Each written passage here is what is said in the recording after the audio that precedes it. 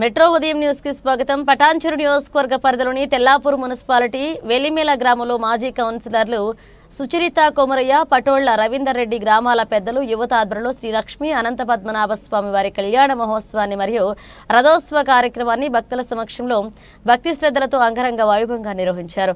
అనంతరం ఇరువురు మాట్లాడుతూ ప్రతి సంవత్సరంలో వచ్చే క్రోధినామ సంవత్సరం ఏకాదశి రోజున వెలిమల గ్రామంలో శ్రీ లక్ష్మీ అనంత పద్మనాభ స్వామి వారి కళ్యాణ మహోత్సవం మరియు బ్రహ్మోత్సవాలు నిర్వహిస్తామన్నారు. ఉదయం 4 గంటల నుండి విశేష అభిషేక అలంకరణ, గోపూజ, వరుణ పూజ, గణపతి పూజ, కుంకుమార్చన, మరుసటి రోజున స్వామివారి రథోత్సవం నిర్వహించామని, సుమారు 100 సంవత్సరాల క్రితం వెలిమల గ్రామంలో అనంత పద్మనాభ స్వామి వారి స్వయంభుగా వెలిశారని, భక్తులకు కొంగు బంగారమై కోరిన కోర్కెలను నెరవేరుస్తూ ప్రతి సంవత్సరం వచ్చే భక్తులకు దర్శనమిస్తుంటాడని, చుట్టూ ఉన్న గ్రామాల నుండి భక్తులు సుమారు 20,000 మందికి పైగా కళ్యాణోత్సవంలో పాల్గొన్నారని, ఇక్కడికి వచ్చిన భక్తులకు ఎటువంటి అసౌకర్యాలు కలగకుండా చూస్తామని, ఉచిత బస్సు, మంచినీటి సదుపాయం, అన్నదాన కార్యక్రమం నిర్వహించామన్నారు. సహకరించిన కమిటీ సభ్యులకు, పోలీస్ సిబ్బందికి, గ్రామ పెద్దలకు, గ్రామ యువతకి, ఇక్కడికి వచ్చిన పలు రాజకీయ నాయకులకు పేరు పేరున ధన్యవాదాలు. ఈ కార్యక్రమంలో మాజీ కౌన్సిలర్లు సుచరిత కొమరయ్య, పటోళ్ల రవీందర్ రెడ్డి, గ్రామ పెద్దలు, గ్రామ యువత, మహిళలు పాల్గొన్నారు.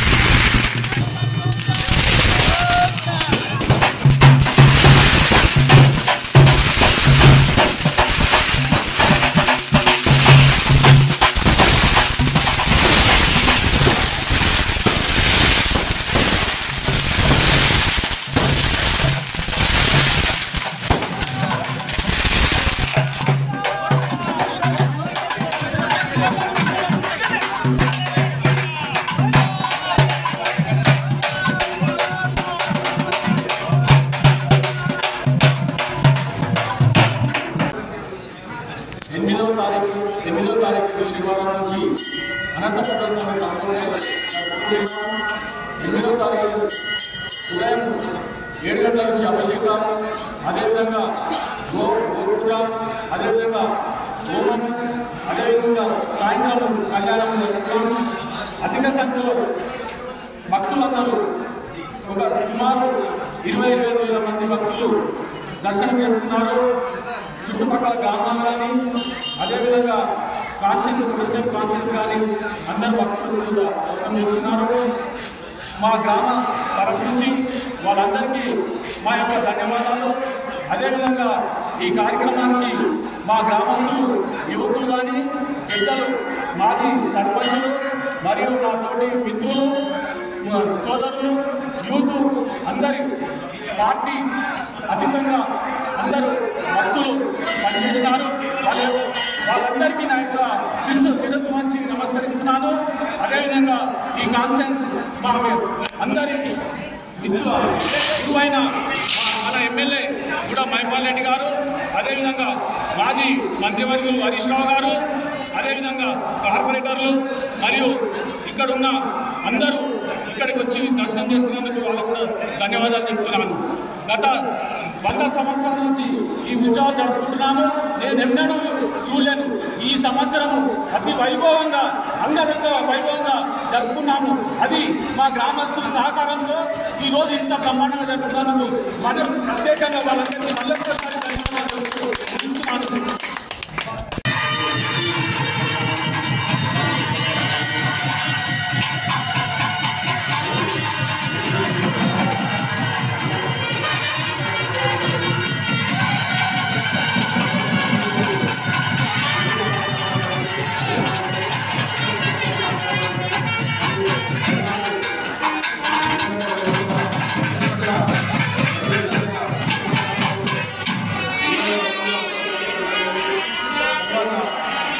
చిత్రస్థాన కార్యక్రమాలు ఈ యొక్క 3 రోజుల కార్యక్రమాన్ని చుట్టుపక్కల గ్రామ ప్రజలందరూ ఈ యొక్క లక్ష్మణ వారి దర్శనం చేసుకొని వారి ఆహారంలో తీసుకోవడం జరిగింది.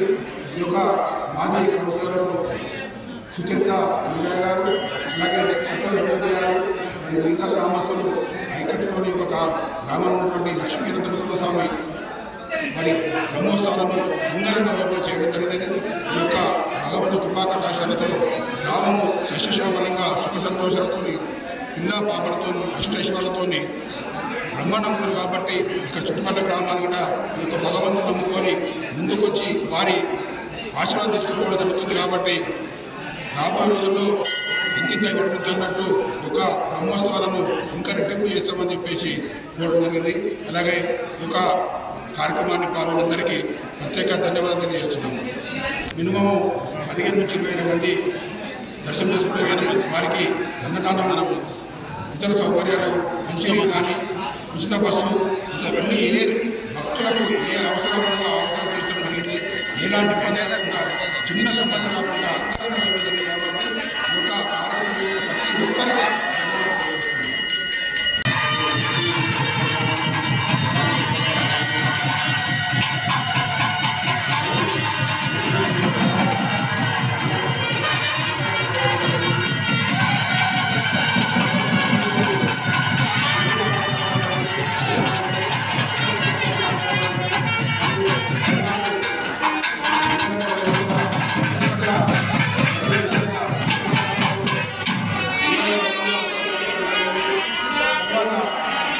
చిత్రస్థాన కార్యక్రమాలు ఈ యొక్క 3 రోజుల కార్యక్రమాన్ని చుట్టుపక్కల గ్రామ ప్రజలందరూ ఈ యొక్క లక్ష్మణ వారి దర్శనం చేసుకొని వారి ఆహారంలో తీసుకోవడం జరిగింది.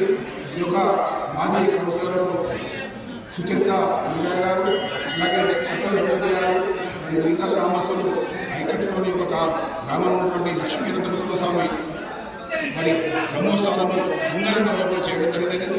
ఈ యొక్క భగవంతు కృపాకటాక్షాలతో రామము శశిశామలంగా సుఖ సంతోషాలతో పిల్ల పాపలతో అష్టైశ్వర్యాలతో బ్రహ్మాండములు కాబట్టి ఇక్కడ చుట్టుపక్కల గ్రామాలు కూడా ఈ యొక్క భగవంతుని నమ్ముకొని ముందుకొచ్చి వారి ఆశీర్వాదం తీసుకోవడం జరుగుతుంది. కాబట్టి రాబోయే రోజుల్లో ఇంకింత ఇవ్వడుతున్నట్టు ఒక బ్రహ్మోత్సవాలను ఇంకా రెట్టింపు చేస్తామని చెప్పేసి కోరడం జరిగింది.